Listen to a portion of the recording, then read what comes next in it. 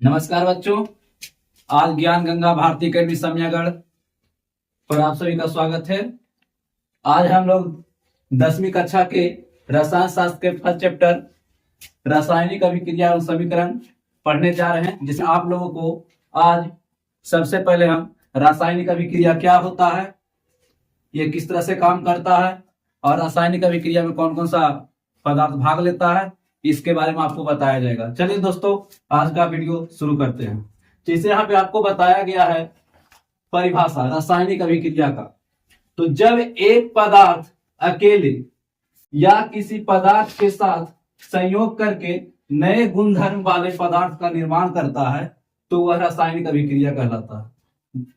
तो समझे दोस्तों, आज जब कोई पदार्थ अकेले या किसी अन्य पदार्थ के साथ संयोग करके, संयोग करने का अर्थ होता है जुड़ना, यानी कि मिल करके, जब कोई पदार्थ अकेले या किसी दूसरे पदार्थ के साथ मिल करके नए गुण वाले पदार्थ का निर्माण करता है तो वह रासायनिक अभिक्रिया कहलाता है। इसे यहाँ पे आप लोगों को दो उदाहरण दिया गया है। पहला हम देखते हैं, यहाँ पे एक पदार्थ हाइड्रोजन है और दूसरा आपका ऑक्सीजन है।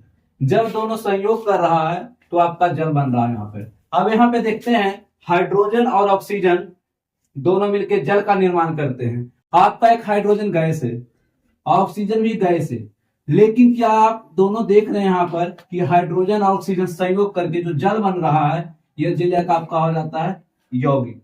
यानी कि यहाँ पर हम समझते हैं कि हाइड्रोजन और ऑक्सीजन जब मिलता है तो जल का निर्माण करता है, और यह जो जल का गुण है हाइड्रोजन और ऑक्सीजन के गुण से बिल्कुल अलग होता है। दूसरा उदाहरण हम देखते हैं, हाइड्रोजन और क्लोरीन मिलकर हाइड्रोक्लोरिक अम्ल का निर्माण करता है, और यहाँ भी हाइड्रोजन का गुण क्लोरीन का गुण से बिल्कुल अलग गुण होता है हाइड्रोक्लोरिक अम्ल का। अब यहाँ पे बात करते हैं आप लोगों के सामने रासायनिक अभिक्रिया में भाग लेने वाले पदार्थों के बारे में। तो यहाँ पे रासायनिक अभिक्रिया में जो पदार्थ भाग लेता है उसको अभिकारक कहा जाता है। रासायनिक अभिक्रिया में जो पदार्थ भाग लेता है उसको अभिकारक कहा जाता है, और रासायनिक अभिक्रिया के फल स्वरूप जो नए पदार्थ बनता है उसको प्रतिफल कहा जाता है या उत्पाद बोला जाता है। चलिए सबसे पहले उसका परिभाषा लिखते हैं और उसके बारे में जानकारी हासिल करते हैं। तो सबसे पहले आता है आपका अभिकारक। अभिकारक अभिकारक क्या होता है? तो रासायनिक अभिक्रिया में, रासायनिक अभिक्रिया में भाग लेने वाले पदार्थों को अभिकारक कहा जाता है। अभिकारक कहा जाता है। दूसरा नंबर में आता था आपका प्रतिफल। तो चलिए प्रतिफल के बारे में भी जानकारी हासिल करते हैं।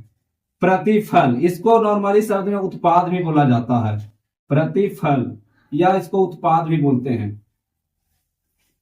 चलिए इसके बारे में परिभाषा जानते हैं। तो रासायनिक अभिक्रिया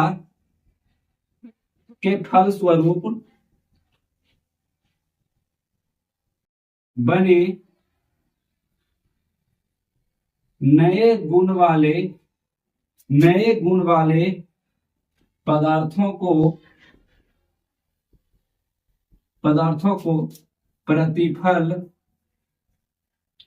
या उत्पाद कहते हैं।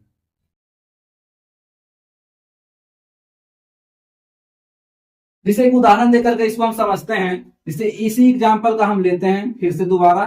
यहाँ पे एक हाइड्रोजन है, फिर आ जाता है आपका ऑक्सीजन, दोनों मिलकर नए गुण वाले पदार्थ का निर्माण करता है जो बनता है आपका जल।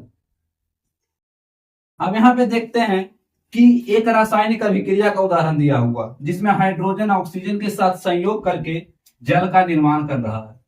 और यहाँ पे देखते हैं कि हाइड्रोजन और ऑक्सीजन, जी हाँ, हाइड्रोजन और ऑक्सीजन आपका रासायनिक अभिक्रिया में भाग ले रहा है। तो यहाँ पे रासायनिक अभिक्रिया में दो तत्व भाग ले रहा है, हाइड्रोजन और ऑक्सीजन। इसी कारण यहाँ पे हाइड्रोजन और ऑक्सीजन आपका कहलाएगा अभिकारक। अभिकारक। और दूसरा नंबर में हम देखते हैं प्रतिफल के बारे में। रासायनिक अभिक्रिया के बाद या फल स्वरूप जो नए पदार्थ बन रहा है वह है जल। तो रासायनिक अभिक्रिया में जो भाग ले रहा है पदार्थ, हाइड्रोजन और ऑक्सीजन, यहाँ पे वह दोनों अभिकारक कहलाएगा। और रासायनिक अभिक्रिया के बाद नए गुण वाला जो पदार्थ बना है जल, ये आपका प्रतिफल कहलाएगा। आशा करते हैं दोस्तों ये आपका वीडियो समझ में आया होगा, और आगे के बारे में हम नेक्स्ट वीडियो में पढ़ेंगे।